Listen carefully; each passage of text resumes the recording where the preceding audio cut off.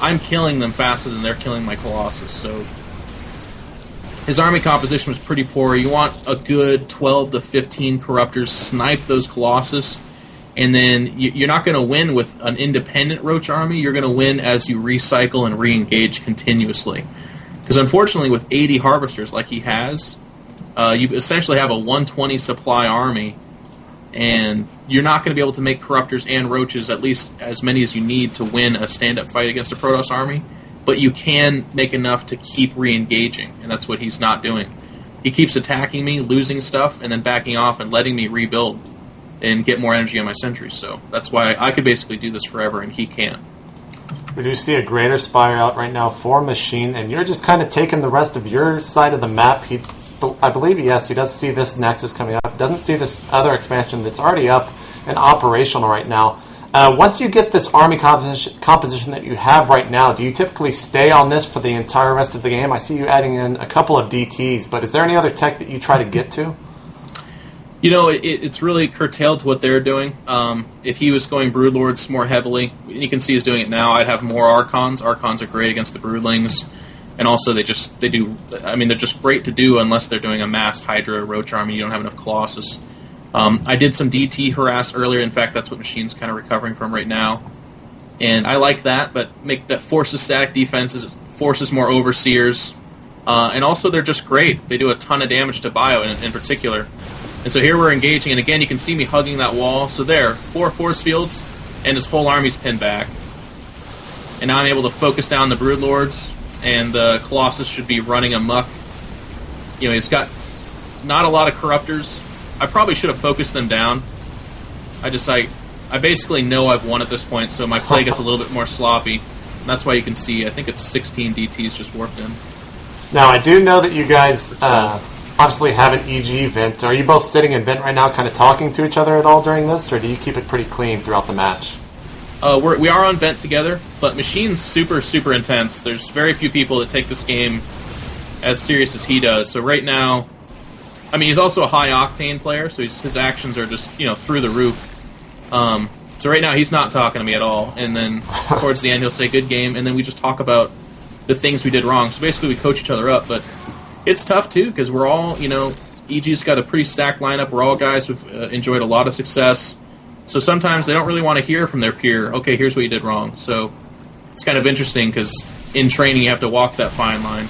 Like when I was training with EG.IdrA in Korea, there was a couple games where it was like, okay, let's talk about what we should do on this map differently and some ideas. And I actually helped him develop the idea to build spine crawlers to free up supply for Broodlords at the end of the game. But then there's other games where, Greg doesn't really want to hear why I lost that, so he just kind of logs off. And that's not bad of Greg, that's pretty standard. Now, we see a lot of, there's obviously a lot of other great Protoss users like yourself. One in particular, Kiwikaki, who your Brotoss brother, Tyler, refers to as kind of the crazy toss user. What do you think of his style of play? I mean, he's been incorporating motherships a lot into his style of play. Have you done anything like that, or is that something you really don't want to talk about because you actually have? What are your thoughts? Oh, yeah. Mothership has application in all 3 matchups, some more than others. In PvP, it's a staple. You'll kind of see this, and you guys... Anytime a PvP game goes beyond 20 minutes, it's basically who can get their mothership out and then utilize it. The Vortex is just insanely powerful, but also Protoss typically have 1 or 2 observers on the map, 2 being like the absolute most. And they're high priority, so if you detect their observers and snipe them, and all of a sudden your mothership has literally cloaked your whole army, they're supposed to kill the mothership while taking damage from your 200 supply army. So it's just insanely powerful in PvP. In PvZ and PvT, I feel like it's very, very powerful as well. It basically forces them to just have that... if you think about it, they've got like 15 Corruptors, and the Corruptors are supposed to kill the Colossus, but if you add Void Rays, they're supposed to kill the Void Rays, and if you add a Mothership, they have to kill the Mothership first. So it creates 3 tiers before they get to the Colossus, and if you give Colossus that much time, they're going to fry everything on the ground. Everything you have. So unless you're a completely... air-based Zerg army, which just looks ridiculous and is not very strong at all, you have a very tough time killing that army. So I actually just did a session yesterday where basically I told Mr. Bitters, that's the guy I was coaching, you pretty much, as a Zerg, have to kill the Protoss before they get a mothership out. As long as they have an economy to put a 200-point army below that mothership, I don't know how a Zerg kills that. I mean, neuroparasite, fungal growth, those are ideas, but it's super powerful. And then in PvT, mass recall, just like the Arbiter from Brood War, is pretty great. And then Vortex, a tank line, or just their army in general, and then have Colossus one-shot their whole army. It's quite strong. But as far as QE Kaki in particular, his playstyle is just so fun. He comes up with amazing builds. He practiced them quite a lot, so they're always well versed. He's a lot of fun to watch. I think one of the problems though is he doesn't have a whole lot of standard play. Like, he's usually relying on a pretty gimmicky build. So that's why in some of these tournaments, he's always in the quarterfinals, semifinals, and oftentimes the finals themselves. But he hasn't won a lot of stuff in the last several months, if you look. I mean, he's done great. Yeah. He's won some stuff, but he is a champion, I believe. I believe he's a champion caliber player, but because of his play style, he's actually not winning as much as I feel like he probably should. Now, before we go on to this next game, which is going to be you against Phoenix, I want to just give a shout out. Yeah, sorry about that. So, before we go on to this next game, which is going to be you against Phoenix, I just want to give a shout out to Mr. Bitter, who does the 12 weeks with the pros. I believe you can find all of his VODs on justin.tv /Mr. Bitter TV. Is that correct? Do you happen to know off the top I think of your that's head? it, yeah. I just use Team Liquid to find him. I don't know. Yeah. I'm not good at that stuff. Yeah, so at least go check that out. It's a really great series, and I believe he does 3 a week with different pros, and this is week 3 of 12, so it's really great stuff. But let's go ahead and pop back in to this next game, which is going to be, a little bit of echo there, which is going to be, of course, you against Phoenix, the Peruvian phenom that is Phoenix. Do you have the replay loaded up and ready to go? I do. All right, so let's go ahead and hit play in 3, 2, 1, play. Now, instead of kind of doing what we did last game with this, let's just actually cast this as if we were doing it in the tournament to kind of highlight your casting abilities. So, starting out here, we have Phoenix spawning on Jungle Basin at the 11 o'clock position, and you spawning as EG.IdrA, the red Protoss here, at the 5 o'clock position. Yep, so some map considerations to be had of this map. It is not a lot of elbow room, as so to speak. A lot of Zergs don't like this map, but even in PvT, things to consider is the Terran can kind of become a boa constrictor with those high-range tanks, but also the planetary fortresses. It really doesn't give you a whole lot of room to move around. So a lot of the sensibilities of this matchup kind of come to fruition in the early stages. That means after your expansion, you really have to have a tech path picked out, because time is of the essence. You really only can consider yourself lucky to get on 3 bases, maybe 4 if it's a really crazy game, but anything beyond that is just shenanigans. Now we have Phoenix, of course, building the depot there because he's not playing a Zerg opponent. He can build it next to his base. It's going to be easily throwing down another racks. And typically in this matchup, what do you see Terrans doing? Just kind of getting down one racks, not throwing down the second one, getting up to factory as much as possible? Or what are your thoughts? Well, there's actually a lot of, there's a lot of variety that the Terran can opt for in this map. It's great for both bio, mech, airplay. If you look at the expansions, they do have a lot of pretty open space behind the mineral lines, as well as cliffs, which are nominal for those Banshees to sneak around and kind of have more mobility in that way. So it's definitely kind of a Terran playground in the sense that any build, any option for their tech is really open to them as opposed to being discouraged. Now, we actually didn't state, this replay is from a clan war, I do believe. Can you tell the people watching a little bit where they can find the rest of the matches from that?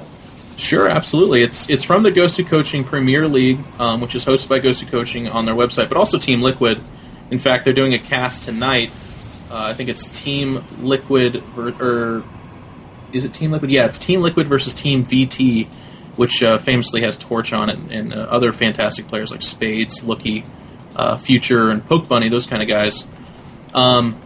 But it's a big clan league with a lot of cash prize. It's 4 1-versus-1s, best of 1, and if there is a tie, an ace is picked. It's pretty exciting that way. And this was between Evil Geniuses and Fnatic, 2 rival teams from both Counter-Strike and StarCraft 2. All right, so going back into the game, you have stolen one of Phoenix's gas. Now, typically, what are you aiming to stop with stealing that? Is that mostly Banshee play?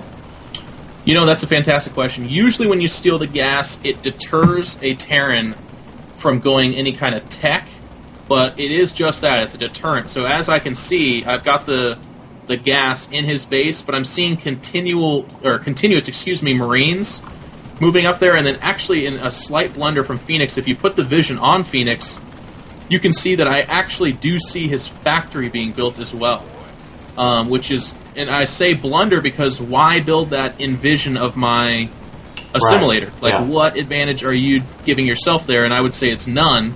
It's just sloppy play. So I actually see the factory, I see the Marines being added, and I say, okay, well, I tried to stop you from going Banshee or Raven, but if you insist, and you know, it's just that. It's a deterrent, but it's not an outright block. Like, as you can see, it's still going to be able to afford that starport. The 1/1/1 opening is in effect. All right, now here comes your Lone Stalker, trying to push up the ramp, but he's quickly going to be backed off by the 4 Marines, and you're just pretty much trying to see if you can get up there, do any little bit of damage with that initial Stalker, correct? Well, yeah, I mean, if they open up Marines, then you should know that there's no Marauder with its concussive shell. So if I lose 80, shields, who cares? They regenerate. But if I do a couple of hits of damage on the Marines or get an important read, then it's all the better for me. It does no damage to me. That stuff actually just regenerates for free. All right, so you do have an Observer coming out, being Chrono Boost right now. A Lone Hellion does get into your main base, but you do have a nice block off there with a couple of probes. And he's just kind of trying to scout out, of course, with that Hellion. You're going to fend it off with the Stalker, and he's definitely going to have to fall back, trying to get that probe, but he's not actually going to. You do have an Observer out now on the map, and typically when you send this Observer over there, what exactly are you looking for other than just seeing what he's up to? Is there anything specific?